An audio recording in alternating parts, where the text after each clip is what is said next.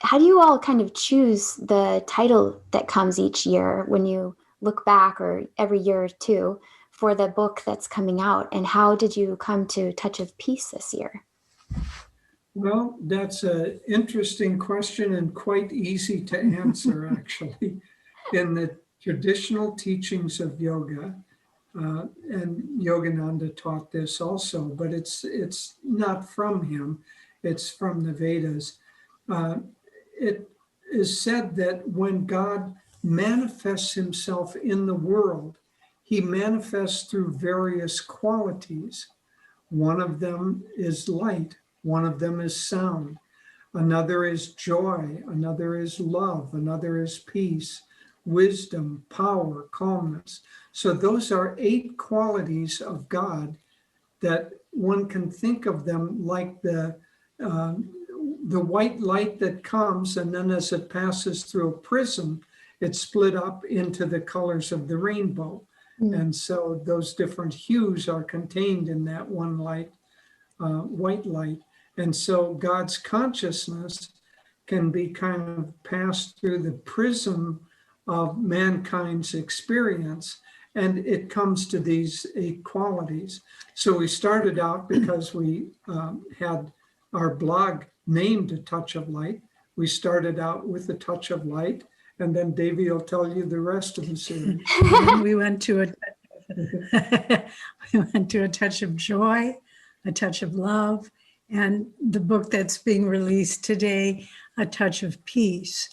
And we wrote these blogs during the time period of 2019 and 2020, which I think most of us will remember as the years when the pandemic was grabbing the world by the throat. And we were getting contact and letters and communications from people all over the world. We have many friends in Italy and India, where Ananda has beautiful centers and communities, and of course throughout the United States. And people were struggling so much to try to, how do we deal with this? How we're frightened, we're unsure. There doesn't seem to be anything we can rely on outside ourselves.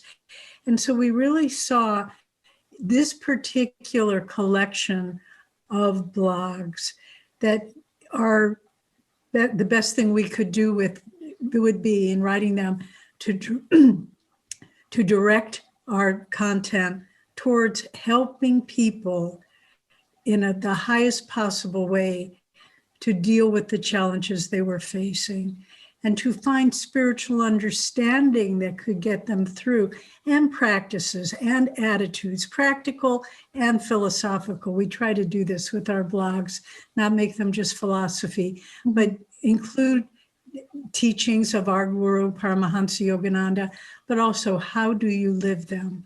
And we've really received so many responses of deep gratitude and appreciation for the content, but not to say that it's these blogs are limited to that period in time, but really life is always a challenge. Yogananda said, life is, quote, life is a struggle for joy every step of the way. May I win that battle on the very spot where I now stand. And so what tools we were trying to share with people, the tools they could use, both inwardly and outwardly, to be successful in maintaining a sense of peace in their lives.